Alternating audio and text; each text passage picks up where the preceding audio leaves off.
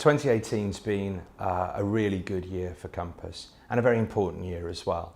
So we've seen organic revenue growth of 5.5%, an excellent year of free cash delivery, and of course we're now growing our dividend by 12.5%. So a good set of all-round results. More importantly though, I think we're making real progress on the strategic priorities, the 3 Ps, performance, people and purpose. And I'll just touch on each in turn. Starting with performance, we obviously announced earlier in the year that I wanted us to focus more on the core of food, and we announced that we would be selling or exiting around 5% of the business. We're about 1/3 of the way through that program. We've done it with pace, which is great, and that's really going to allow us to focus now on the operational priorities of pricing, purchasing and productivity. And focus on those 3 operational priorities will really allow us to unlock a new level of efficiency and performance within the business. So a really good start on performance. Moving on to people, we've set out a set of new initiatives which underpin our people proposition. And this is very much about moving on both our employer brand and our employment proposition. By doing that, we will really be able to recruit and retain the best staff in the industry. Very, very important to us becoming a true people business. And moving on finally to purpose. Purpose is all about putting our belief set around what's important in social and environmental matters at the heart of the business. It's all underpinned by a safety culture where we care for our consumers, we care for our employees and we care for each other. We've set out the roadmap. You'll hear more about it over the coming months and years, but I think we've made again a really important start on raising our game around social purpose. North America had a really good year again in 2018.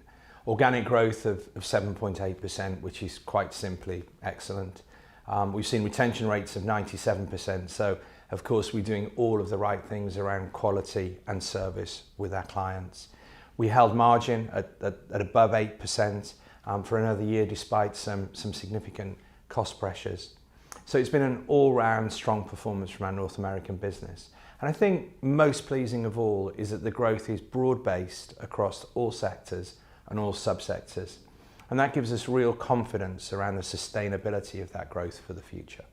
Europe was a bit more of a mixed performance. We've seen really good growth in the UK, a little bit more subdued in continental Europe, although we've enjoyed an uptick in the fourth quarter, which I think gives us momentum into next year. And of course, on the margin side, life's been a little bit more difficult. We've seen some challenges on both cost inflation and the consumer in the UK.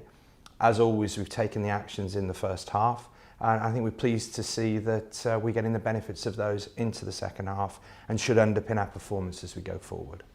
Again, rest of world, we're seeing some really great growth in a few of our international markets. So across Turkey, China, India, and our Spanish-speaking LATAM countries, our growth is over 20%, which is really excellent. But of course, we're still suffering in Brazil, where we've got subdued volumes, and also in the decline in the oil and gas sector. So in the round, growth was 3%, and a really super performance in a number of markets and the issues that we've known about for a while. On margin, a very good performance. I mean, we've seen a renewed focus on pricing and productivity, which with the benefits of the restructuring program we did in 2015-16 has really benefited the region's margins. So we've seen a very good performance there. So thinking about our cash performance in 2018, again, it was very strong. We delivered £1.1 billion of cash, which was an increase of nearly 20% over last year. So a very strong performance. That's allowed us to de-lever to our 1.5 times target. And of course, as we look forward, we also have the opportunity of raising proceeds from some of the planned disposals in 2019. That combined with what we expect to be another year of strong cash delivery from trading means that we have capacity for investment within the business, either through CapEx, as we always say, through M&A, and yes, we're looking at some interesting opportunities in all of our regions at the moment. And to the extent that we don't use that money within the business, our model says that we'll return that to shareholders, and we would expect to remain in line with our model.